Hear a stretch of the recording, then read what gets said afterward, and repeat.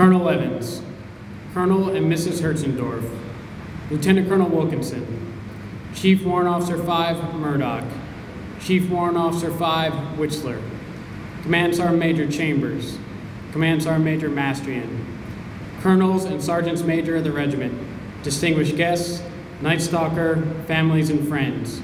On behalf of Major Justin J. Schaefer, Commander of Bravo Company, 1st Battalion, 160th Special Operations Aviation Regiment, Airborne, I would like to welcome you to the retirement ceremony for Chief Warrant Officer 4, Stephen F. Black. Today we take time to honor him for his unwavering service to the Army and the nation. Presiding over today's ceremony is Major Schaefer. Ladies and gentlemen, please rise for the invocation given by Chaplain Joey Odell of the 160th Unit Ministry Team, and remain standing for the playing of the National Anthem and the presentation of awards. I invite you to join with me as I pray. Almighty and everlasting God, thank you for the opportunity to come together today and celebrate the career and life so far of Steve Black. Through 23 years as a soldier, including 11 years as a Night Stalker, Steve has shown us all how to handle adversity and danger with professionalism, courage, and a sense of humor. As he closes the book on one successful career and moves on to another, we ask your blessings upon him and his family. That his relationship with Shannon will grow in new and surprisingly invigorating ways they're able to spend more time together. That his daughters will enjoy their dad as a daily part of their life that they've sacrificed until now. And that he would especially enjoy being what many of us fear to say, a grandpa. Finally, may we as his Night Stalker family continue to embrace them as they move on to future successes, all of which I pray in your strong and holy name. Amen.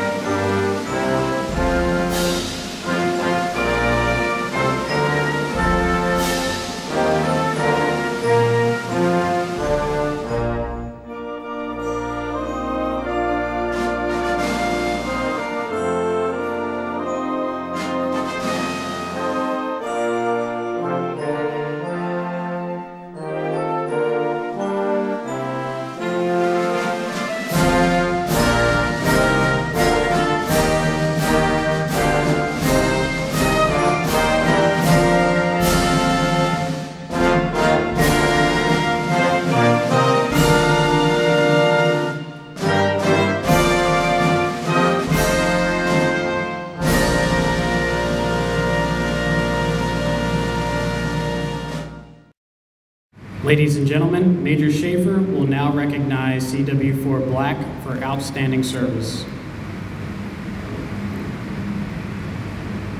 Attention to orders.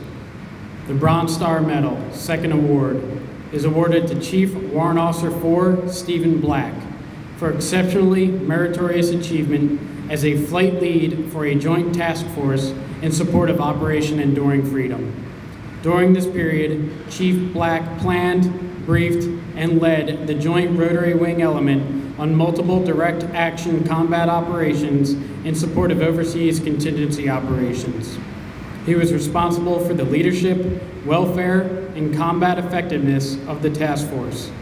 His efforts and technical expertise were critical to the safe execution of numerous special operations close air support missions. Through his distinctive accomplishments, CW4 Black reflected great credit upon himself, this command, and the United States Army. The Legion of Merit is awarded to Chief Warrant Officer 4, Stephen Black, for exceptionally meritorious service in various positions of increasing responsibility and leadership. His tenure as a regimental flight lead, 1st Battalion, 160th Special Operations Aviation Regiment Airborne, culminates over 23 years of exceptional service to the nation. Chief Warrant Officer 4 Black's pursuit of excellence, total dedication, and unwavering loyalty to the Army and Night Stalkers are in keeping with the finest traditions of military service. His actions contributed immeasurably to the unit's combat readiness and unparalleled record of mission accomplishment.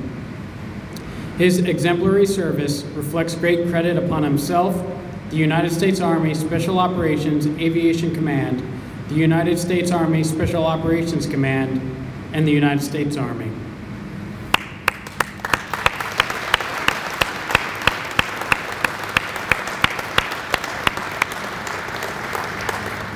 Ladies and gentlemen, please be seated.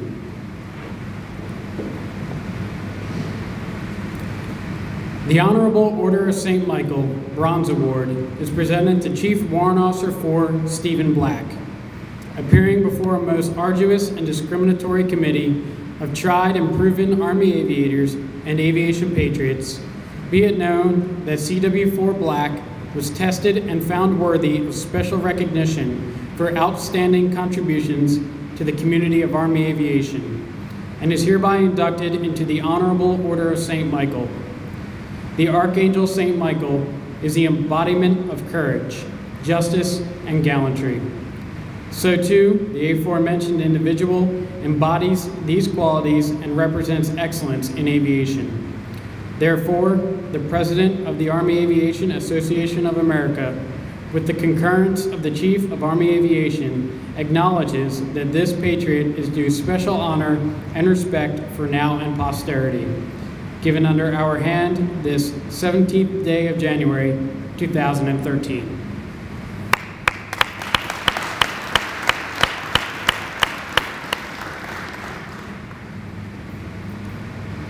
CW4 Black is being presented with a plaque containing letters of congratulations from former Presidents George H.W. Bush, Bill Clinton, and George W. Bush, and a certificate of retirement from the Chief of Staff of the Army.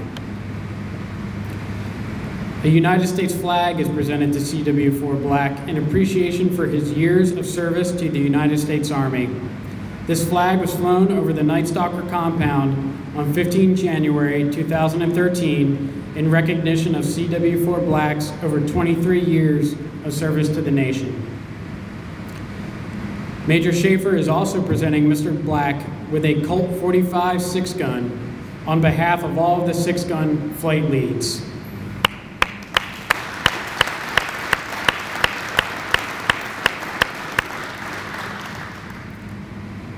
Major Schaefer is now presenting CW4 Black's wife, Shannon, with a certificate of appreciation signed by the Chief of Staff of the Army.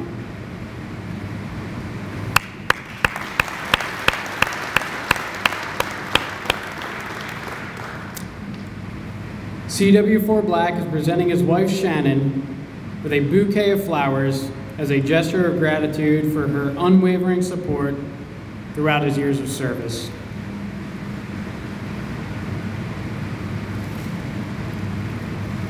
Mr. Black is also presenting his mother, Karen Elder, with a bouquet. He is presenting single roses to his daughters, Megan Olson, Sheridan, and Anna Claire. CW4 Black's grandson, Colin Olson, is being presented with a coin.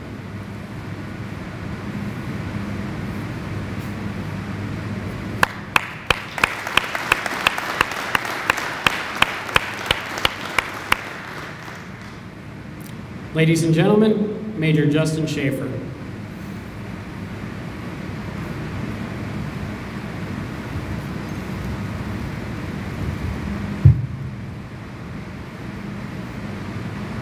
Colonel Evans, Colonel Hertzendorf, CW5 Murdoch, Sergeant Major Chambers, and Sergeant Major Mastrian, fellow Night Stalkers, 6 Guns, distinguished guests, friends, and family.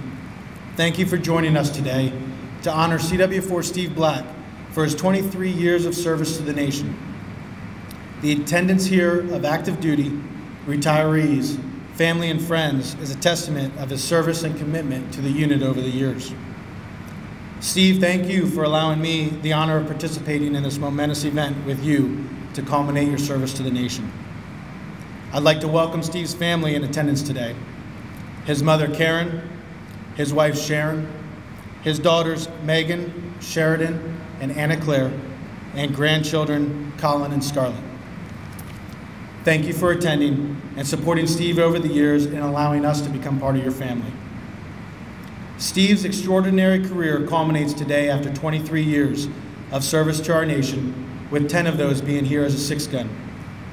Steve has accumulated more than 6,300 rotary wing hours throughout his career, of which 1,680 were during combat operations and approximately 3,300 under night vision goggles. More than half of his total time has been here with the 6-guns, flying the AH-6 with more than 3,000 hours in the aircraft and 2,000 under goggles. Steve's career began when he enlisted in the Army in 1990 by attending basic training, initial entry rotary wing training, and warrant officer candidate school. Following his initial training, his first assignment was as an AH-1 attack pilot in 117 Cav under the 82nd Airborne Division at Fort Bragg, North Carolina. In 1995, Steve transitioned from the AH-1 to the OH-58 Delta model. The following year, Steve moved to Fort Rucker to teach the OH-58 aircraft qualification course and become a safety officer. In 1998, Steve became a standardization pilot and began teaching the instructor pilot course. While teaching there, he earned the instructor pilot of the quarter. In 2000, Steve was assigned to 47 Cav at Camp Stanton, Korea, as the E-Troop Standardization Instructor Pilot. A year later, Steve graduated from the Instrument Examiner's course on his way to Fort Campbell, Kentucky to serve with 217 Cav. In 2002, Steve successfully assessed for the 160th Special Operations Aviation Regiment, and after graduating from Officer Green Platoon, was assigned to B Company, 1st Battalion. Steve rapidly progressed from BMQ to FMQ, instructor pilot, safety officer, and culminating as a regimental flight lead. Stopping here would not do justice to Steve's career, nor would it allow for some of the lighter side of our work. Steve began his time with the 6-guns, completing assessment in a very marginal weather conditions. For the sake of argument, we'll say that the predominant weather was 502, with pockets that were maybe less. You see, when we conduct assessments, we tend to choose targets that we don't believe the assessee will be able to find. Because if each assessee found his target, it really wouldn't be that hard. But all kidding aside, we really do this to identify how an individual reacts when his plan does not go accordingly. And marginal weather usually helps that. If nothing else, it'll cancel the flight and force the assessee to plan another target and do another brief. The FMQ, who for the sake of this ceremony will remain nameless, flying in the Chase Bird, believed that they would go into the clouds at some point during the flight and spent the whole flight recalculating what heading he needed to turn to for the IMC breakup, instead of spending the time watching on the map how far Steve got off of course. But Steve thwarted their efforts. Not only did he remain VFR conditions, but Steve navigated along his route and positively identified his target on time. After completing Officer Green Platoon, Steve worked tirelessly to become an FMQ. And this same FMQ from the assessment Chase Bird was asked to plan his FMQ eval. Like all good FMQ planners, he ensured there were pre-planned contingencies were available in the event that Steve's plan went flawlessly. And that's something that doesn't typically happen, and this would be no different. It would appear that everybody, even within the company, was working against Steve, a theme that every 6-gun believes to his heart. In fact, we teach this to guys as they grow up in the company. Who is going to mess up my plan? For Steve's check ride, a refueler filled the big white truck with regular gasoline instead of diesel. That took the truck out of the fight. His trail aircraft crew, when building up their aircraft, did not pin their blade correctly. And while the big white truck would not lead to injury, the improper pinning of the blade could have. Luckily, in this case, it did not, and Steve was able to overcome the issues and attack his target on time with a direct hit as all of us strive for on every range. For Steve's flight lead evaluation, the company chose a target described to me as one that few could find even if a beam of light was shining on it. But after navigating his whole course without the use of his aircraft navigation system, which is true six-gun excellence, Steve arrived over the target on time and DH'd that target too. All of Steve's time here has not been spent overcoming check ride contingencies. During the 2006 timeframe in Iraq, Steve was deployed flying in the lead cockpit as an FMQ with Gary Linfoot. While the team was conducting a gunnery range near their operating base, the TALK radioed them to return ASAP. They landed, refueled, and rearmed the aircraft while simultaneously receiving the mission update from the S-2. Steve's team launched as part of a larger helicopter assault force to capture an individual responsible for deadly attacks inside of Europe. Immediately following the infill of the ground force to the surrounding area erupted with gunfire, and the ground force found themselves fighting to gain the advantage. This would make it difficult enough, but for some reason the ground force and Steve's team were unable to talk on the radios for the first segment of the mission. But Steve and Gary knew where the friendly forces were located and identified an individual running from the target location with an RPG, maneuvering towards the ground force. Steve identified him to Gary, and Gary maneuvered the aircraft to engage this individual. As Gary began to engage the individual on the ground, Steve grabbed his M4 and began engaging others from outside the cockpit. As he told me the story, Steve recalled thinking they became a little close to the ground, and as he ceased shooting the M4 and began to turn his head forward, he noticed a large palm tree branch striking the front of the aircraft. Bracing for impact, the aircraft passed by or through the palm trees, and they continued to provide precision rotary wing fires to the ground force. Their actions that day saved the lives of many of our ground force customers and earned him the Distinguished Flying Cross. Major Adam Frederick, a BCO commander from 2008 to 2010 and the Battalion S3 from 2010 to 11, told me that Steve became his go-to guy for operations aboard ships and operating within the geographic area of the Indian Ocean. Steve's contribution specifically during this period and geographic area resulted in a successful mission targeting a high-level enemy of our nation and increased the six-gun capability to operate over water and aboard ships. I asked some of his closest friends in the organization to tell me some things about Steve that you may not know. The list is short, but it consists of 3 common remarks I found. 1, Steve is like a hummingbird. He can't gain weight no matter how much he eats. 2, his daily activities when he's deployed consist of 2 things, working out and finding out when the next meal would be served.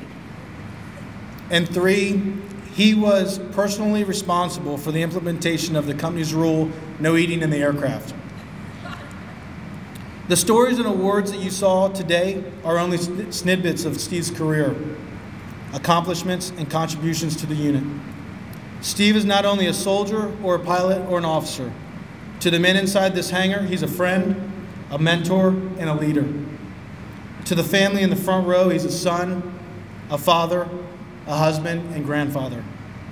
It is all of these together that honor CW4 Steve Black's service to our nation appropriately.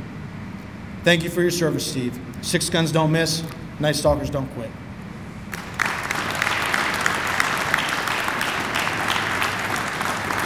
Ladies and gentlemen, Chief Warrant Officer 4, Stephen Black, Bravo Company, 1st Battalion, 160th Special Operations, Aviation Regiment Airborne, Regimental Flight Lead, and Instructor Pilot. Thank you, sir, for those kind words. Colonel Evans, Colonel Hertzendorf, CW5 Whistler, CW5 Murdoch, Sergeant Major, thank you all for coming here. I'd like to thank everyone for coming to this ceremony. It means more to me than words can express to have you here today to help me commemorate my service. I promise this will not take long, as any 6-gun who has served with me can tell you, my greatest attributes as a 6-gun are not while standing in front of a group and talking. So with that said, I promise to keep that short for all of our sakes. Nearly 23 years ago, I endeavored to become an Army aviator, and little did I know at the time the amount of pride and joy I would come to realize as a result of my chosen vocation. I know everyone has heard the anecdote about choosing a career you love and never working a day in your life. Well, I truly have loved this career. However, I will disagree with not working a day in my life. My wife would probably disagree with me. Shortly after arriving at Fort Rucker, Alabama for flight school training in 1990, I became aware of an entity called the 160th Night Stalkers. It was, to me, a mythical entity, and I was told that they did things that no other aviation organization could do. I hope that one day I too would have what it takes to be a Night Stalker. As I stand here before you today, I'm proud to say that the seed that was sown so many years ago has come to fruition. But it is not as a result of my efforts. It is, in fact, largely due to the efforts of the many people along the way who have helped, mentored, and even refused to allow me to fail. It is these many people to whom I am forever indebted, and without whom I would not be standing here before you today. These people are far too numerous for me to mention individually without violating my pledge to keep this short. With that said, I would like to thank them as groups. First, I'd like to thank the many people who gave me the foundations as an Army aviator prior to coming to the 160th. I was once a very young, opinionated, and sometimes misdirected warrant officer. Now, I'm not quite so young, still very opinionated, and can't read a compass. However, I have learned along the way that not everybody is as impressed with my opinion as I am, and if I'm smart enough to observe, my compass will eventually turn to true north. It is largely due to my early mentors that I learned and am sometimes able to apply the art of discretion and tact while maintaining true to my beliefs. To those numerous persons who were influential in my early career, thank you. The civilian mission instructors are the first people in the regiment that deliver much needed guidance, often referred to as pearls of wisdom. It is with these pearls that a toolbox is built. This toolbox is by no means a complete set of snap-on tools that you would expect to see in a NASCAR garage, but rather a small toolkit with which a new, energetic Night Stalker can learn. This proverbial toolbox will grow to become the envy of any seasoned mechanic over time, thanks to the team of professionals that continue to serve the nation and the regiment after taking off the uniform. The long days and even longer nights of Green Platoon are not always enjoyable, but are essential. And no Night Stalker would be able to learn the mission without their hard work and dedication. To the CMIs, thank you. The men of B Company are second to none. These guys are some of the hardest working men I've ever seen. They're always willing to do the hardest missions in the most demanding of environments. But that is simply what is expected of a six-gun. This high level of professionalism is just the norm. From the crew chiefs to the armament dogs to the operations and logistics personnel, they all work tirelessly to ensure that the six guns are always able to fulfill any and all mission requirements. This became very apparent to me while in Iraq. I was on paper anyways, the person in charge of the six guns, and we had to move to a different base after being settled several years at one location.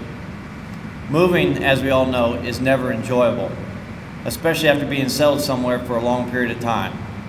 Upon notification of the move, the men made the move effortless on my part. Once we arrived at the new base, the person there with whom I had to coordinate commented on how he wished he had people that were half as good as the men of B Company. He was amazed by their professionalism and their work ethic. And he only had seen their mission focus and drive for a couple of days while performing the not so enjoyable task of moving. Can you imagine what he would have thought if he had seen them men turn a helicopter in a fart or a C-130 download? Those things are truly magical to witness. To the men of B Company, thank you. Upon arrival to the company, a new pilot is greeted by the warm and welcoming personalities of B Company. To those of you who have never experienced the loving welcome, it goes something along the lines of this. Who's the new guy? Why hasn't he filled the fridge? Hurry up, and why do I even have to tell you? And it only gets better from there.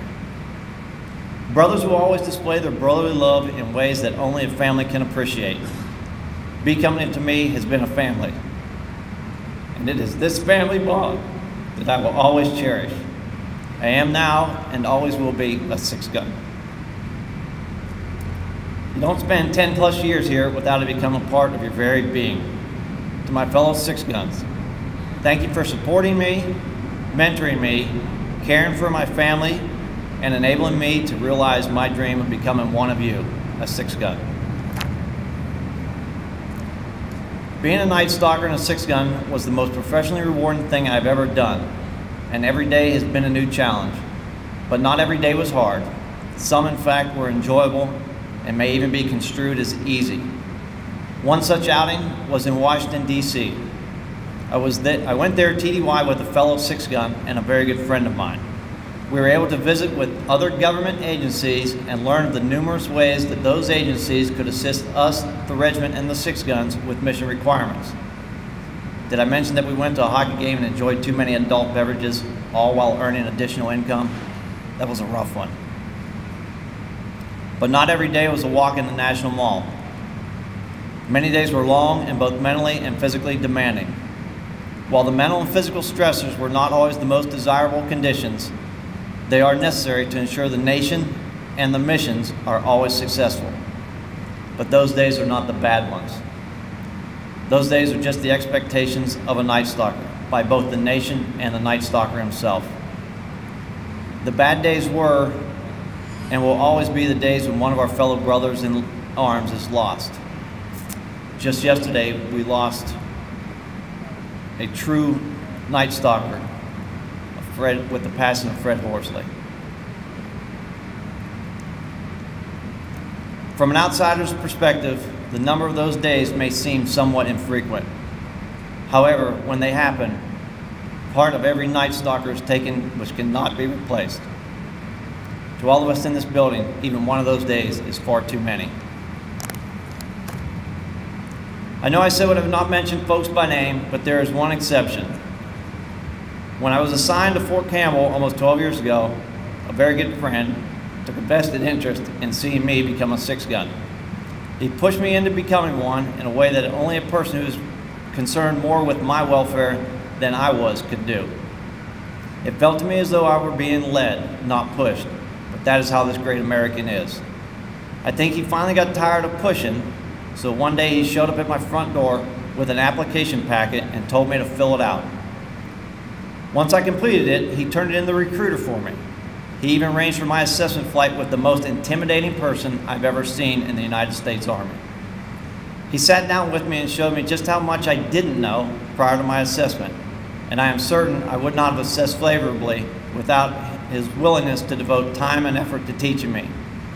Upon becoming a six-gun, he continued to be a friend, mentor, and quite frankly, one of the greatest people I will ever meet. I would not be standing here today were it not for him.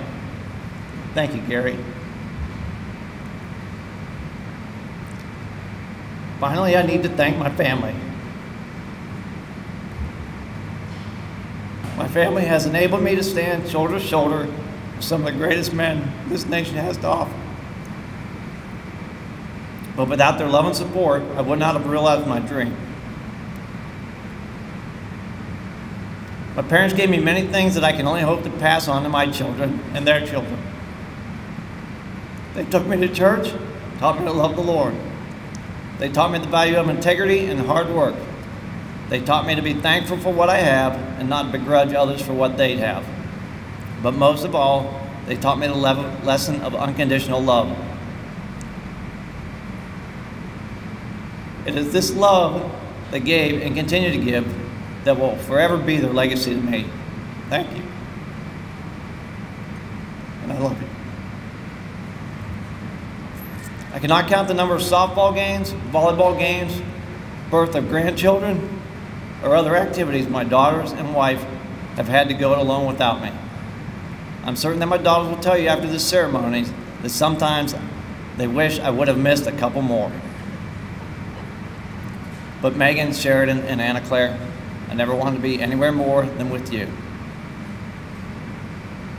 Thank you for your love and support. And now that this chapter of my life is concluding, I promise to be at a lot more of your events, even when you ask me not to. I love you.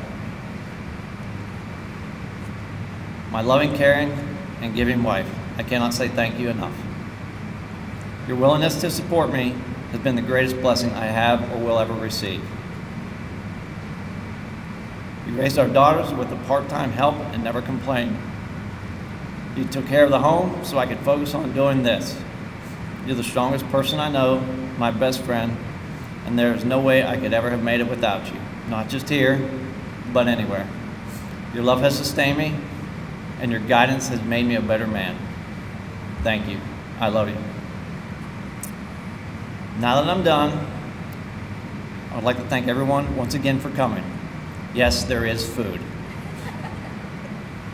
Night Stalkers don't quit. 6 Guns don't mess.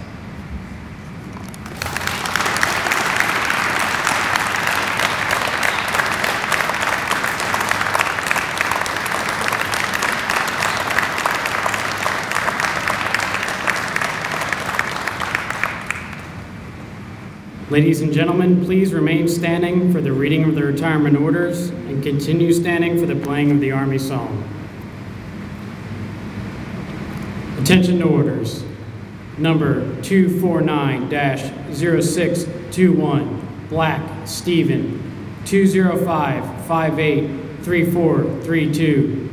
You are retired from active duty, released from assignment and duty, and on the date following, placed on the retired list. The people of the United States express their thanks and gratitude for your faithful service. Your contributions to the defense of the United States of America are greatly appreciated. Effective date, 28 February 2013.